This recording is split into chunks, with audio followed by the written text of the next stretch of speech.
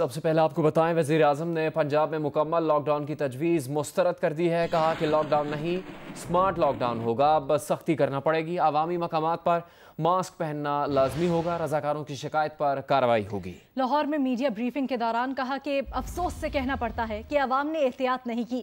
جیسے ہی lock down ختم ہوا لوگوں نے سمجھا بیماری ختم ہو گئی. عوام پر ذمہ داری ہے کہ SOPs پر عمل کریں. اب ہمیں سختی کرنی پڑے گی آپ سے. ہم لاک ڈاؤن نہیں کریں گے لیکن ہم ایک سلیکٹیو لاک ڈاؤن کریں گے جس کو کہتے ہیں ہم پہلے ہاٹ سپاٹس کو ٹریس کریں گے. ان ایریاز کو بند کریں گے. ان کے لیے ہم نے اب پوری اپنی کیونکہ ہماری ایڈمنسٹریشن اور ہماری جو پولیس اور ایڈمنسٹریشن اتنا بڑا بوجھ نہیں لے سکتی. شاید اور زیادہ والنٹیئرز لینے پڑیں اور زیادہ اپنی فورس بنانی پڑے کیونکہ یہ ان کو اب والنٹیئرز کے ذریعے ہم پوری کمپلائنس یعنی SOPs کے اوپر کون چل رہا ہے کون نہیں چل رہا وہ ہمیں آگاہ کریں گے. اس کے بعد ایڈمنسٹریشن ایکشن لے گی. لیکن اب ہم نے سختی کرنی ہے کیونکہ اس کا پھیلاؤ روکنا ہے. ابھی بھی ہم روک سکتے ہیں اگر ابھی بھی ہم اس کے اوپر سارے مل کے ہم بھی سختی کریں. آپ بھی تھوڑی سمجھیں کہ یہ ہم سب اپنے لیے مشکلیں پیدا کر رہے ہیں. جو سب سے پہلی چیز SOPs کی ہے وہ یہ ہے ماسک. ساری جگہ اب سے کہیں پبلک پلیس پہ ہم نے کسی کو ماسک کے بغیر نہیں جانے دینا کہ اگر لوگ ماسک پہنے تو اس سے اس کا پھیلاؤ 50% کم ہو سکتا ہے. لوگوں کو کہ وہ جیسے ہی لاک ڈاؤن ختم ہو تو لوگوں نے سمجھا کہ بیماری ختم ہو گئی ہے. اس بے احتیاطی کی وجہ سے اس وقت ہم دیکھ رہے ہیں کہ زیادہ نمبر کیسز ہو چکے ہیں. کورونا سے متعلق آگے جا کر بلیٹن میں بات کریں گے. ابھی کچھ چینی کے معاملات کی بات کرتے ہیں تو وزارت صنعت و پیداوار نے شوگر ملز ایسوسی ایشن کو خط لکھ کر عوام کو چینی کی 70 روپے فی کلو دستیابی کے لیے انتظامات کی ہدایت کر دی ہے. یوٹیلیٹی سٹورز کارپوریشن نے بھی شوگر ملز سے چینی 63 روپے فی کلو فراہمی کا مطالبہ کیا ہے. وزارت کے خط میں کہا گیا ہے کہ عدالتی حکم کی تعمیل میں یوٹیلیٹی سٹورز کارپوریشن کو چینی فراہمی کے انتظامات کیے جائیں. یوٹیلیٹی سٹورز کارپوریشن کے خط میں کہا گیا ہے کہ شوگر ملز یوٹیلیٹی سٹورز کو 63 روپے فی کلو تک چینی فراہم کریں تاکہ شہریوں کو ریلیف دیا جا سکے.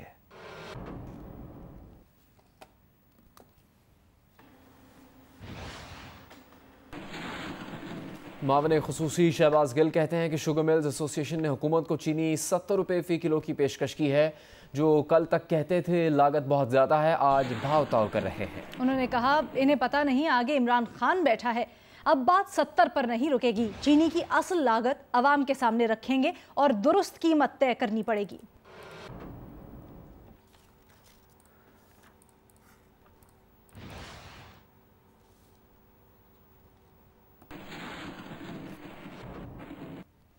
پاکستان مسلم لیگ نون کے صدر اور قائد حزب اختلاف شہباز شریف کو چین کی وزارت خارجہ کے ترجمان لیاو جی یونگ نے ٹیلی فون کیا ہے اور چینی حکومت کی طرف سے نیک خواہشات کا اظہار کیا.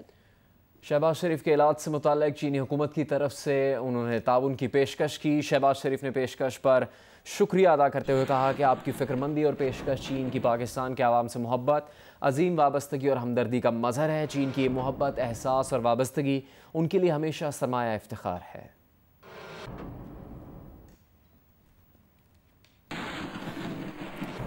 MQM لندن کے سابق رہنما طارق میر نے مقتول رہنما MQM عمران فاروق کی اہلیہ اور ان کے بچوں کو گھر دلانے کی کوشش میں مصطفیٰ عزیز آبادی سے پراپرٹی خالی کروانے کے لیے قانونی کارروائی شروع کر دی ہے. کچھ عرصہ پہلے بانی MQM نے طارق میر اور محمد انور سے پراپرٹیز اپنے نام کرنے کا مطالبہ کیا تھا. لندن سے جیو نیوز کے نمائندے مرتضی علی شاہ کی رپورٹ دیکھیے.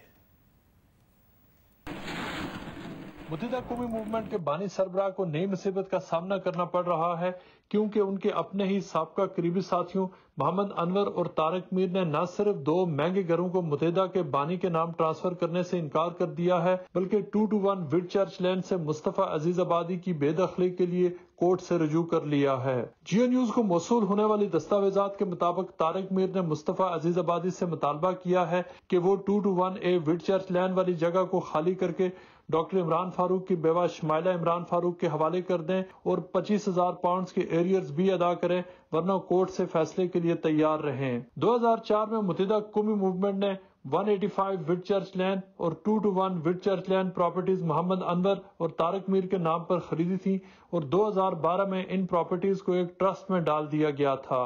اس ٹرسٹ کے قیام کا مقصد MQM پاکستان کے ضرورت مند کارکنوں کی مدد کرنا ہے۔ برطانوی قوانین کے مطابق طارق میر اور محمد انور ان دونوں گھروں کے قانونی مالک ہیں اور ان گھروں کی مالیت تقریباً 1.5 ملین پاؤنڈ بنتی ہے۔ تقریباً 1 سال قبل متحدہ کے بانی نے طارق میر اور محمد انور کو لکھا تھا کہ وہ دونوں پراپرٹیز فوراً ان کے نام کر دیں، لیکن MQM رابطہ کمیٹی کے سابق اراکین نے متحدہ کے بانی کو بتایا کہ وہ پراپرٹیز کو ان کے نام نہیں کریں گے اور یہ کہ وہ ان پراپرٹیز کو شمالہ عمران فاروق اور دیگر مستحقین کو دینے کا ارادہ رکھتے ہیں۔ مصطفیٰ عزیز آبادی نے جیو اور دی نیوز کی طرف سے بھیجے گئے سوالوں کے جوابات نہیں دیے، لیکن MQM کے ذرائع نے بتایا کہ وہ قانونی طور پر مضبوط پوزیشن میں ہیں اور بھرپور دفاع کریں گے۔ انہوں نے کہا کہ MQM اور متحدہ کے بانی لازم و ملزوم ہیں اور عوام نے چندہ متحدہ کے قائد کے نام پر دیا تھا۔ طارق میر نے متحدہ کے بانی سے مطالبہ کیا ہے کہ وہ ڈاکٹر عمران فاروق کی بیوہ اور بچوں عالی شان اور وجدان کو ویل چرچ لین کے گھر میں رہنے کے لیے اقدامات اٹھائیں اور کینسر کے مریضہ شمائلہ عمران فاروق کا سہارا بنیں۔ ان کا کہنا ہے کہ شمائلہ فاروق کی مدد کر کے MQM لندن زبردست مثال قائم کر سکتی ہے۔ کیمرامین نصیر احمد کے ساتھ مرتضیٰ علی شاہ، جیو نیوز، لندن۔ چین کے دارالحکومت بیجنگ میں کورونا کے نئے کیسز رپورٹ ہوئے ہیں۔ غیر ملکی خبر ایجنسی کے مطابق بیجنگ میں کورونا کے درجنوں مصدقہ کیسز سامنے آنے پر شہر کے بعض علاقوں میں لاک ڈاؤن کر دیا گیا۔ شہر کے جنوبی ضلع میں 11 مقامات پر شہریوں کو گھروں میں رہنے کی ہدایت کی گئی ہے۔ کورونا کے نئے کیس گوشت اور سبزی کی مارکیٹ کے سامنے سے آئے ہیں۔ چین کے دارالحکومت بیجنگ میں کورونا کے نئے کیسز رپورٹ ہوئے ہیں۔ غیر ملکی خبر ایجنسی کے مطابق بیجنگ میں کورونا کے درجنوں مصدقہ کیسز سامنے آنے پر شہر کے بعض علاقوں میں لاک ڈاؤن کر دیا گیا ہے۔ معروف فیشن ڈیزائنر امیر عدنان کورونا سے صحت یاب ہو گئے۔ انہوں نے لوگوں کو مشورہ دیا ہے کہ کورونا سے گھبرانا نہیں ہے بلکہ اس میں احتیاط کر کے جلد صحت یاب ہو سکتے ہیں۔ امیر عدنان نے بتایا کہ انہیں جس دن علامات نظر آئیں انہوں نے فوری ٹیسٹ کروایا اور خود کو گھر کے کمرے میں بند کر لیا۔ انہیں 14 روز تک ہلکا بخار رہا۔ انہوں نے بتایا کہ ڈاکٹرز نے انہیں کہا کہ کورونا شروع کے 6 سے 8 دن تک نقصان پہنچا سکتا ہے لیکن اس کے بعد وہ اتنا نقصان دہ نہیں رہتا۔ انہوں نے بتایا کہ قرنطینہ کے دوران اچھی غذا اور سارے کام اپنے ہاتھوں سے کر کے خود کو مصروف بھی رکھا جا سکتا ہے۔ قابض بھارتی فورسز نے مقبوضہ کشمیر میں پھر قتل و غارت کا بازار گرم کر دیا۔ آج پھر ریاستی دہشت گردی میں 4 کشمیری جوان شہید کر دیے۔ قتل کے خلاف کشمیریوں نے احتجاجی مظاہرے کیے ہیں۔ ضلع کلگام اور اسلام آباد میں بھارتی فورسز نے نام نہاد سرچ آپریشن کی آڑ میں 4 کشمیری جوانوں کو شہید کر دیا۔ قتل و غارت گری اور بھارتی فورسز کے مظالم کے خلاف کشمیر کے مختلف علاقوں میں مظاہرے کیے گئے۔ مظاہرین نے کشمیر کی آزادی کے نعرے لگائے۔ کشمیر میں ریاستی دہشت گردی کی نئی لہر میں رواں ماہ کے بعد متعدد کشمیری قتل کیے جا چکے۔ آپریشن کے دوران پورے کے پورے گھر کو دھماکہ خیز مواد سے اڑایا گیا۔ حریت رہنماؤں کا کہنا ہے کہ بھارت کشمیریوں کی نسل کشی سمیت مختلف ہتھ کنڈے استعمال کر کے قبضہ جاری رکھنے کی کوشش کر رہا ہے لیکن اس کے عزائم ناکام ہوں گے۔ حریت رہنماؤں نے کہا کہ کشمیریوں کو اقلیت میں بدلنے کے لیے زبردستی جائیدادیں غیر کشمیریوں کو فروخت کروائی جا رہی ہیں۔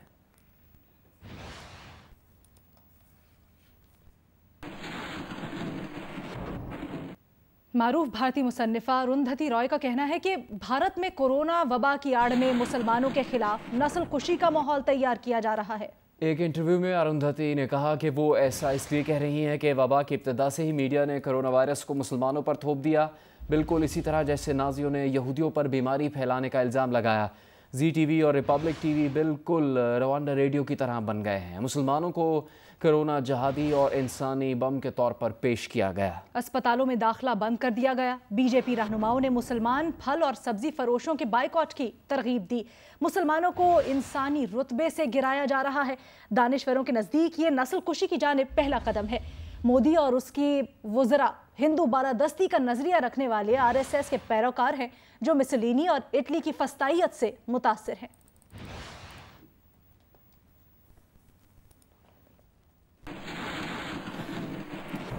ملک کے مختلف علاقوں میں ٹڈیوں کے حملے جاری ہیں۔ نیشنل لوکسٹ کنٹرول سینٹر کے مطابق ٹیمز 45 متاثرہ اضلاع میں سروے اور کنٹرول آپریشن کر رہی ہیں۔ ملک بھر میں 6.95 کروڑ ایکڑ پر سروے کیا جا چکا ہے۔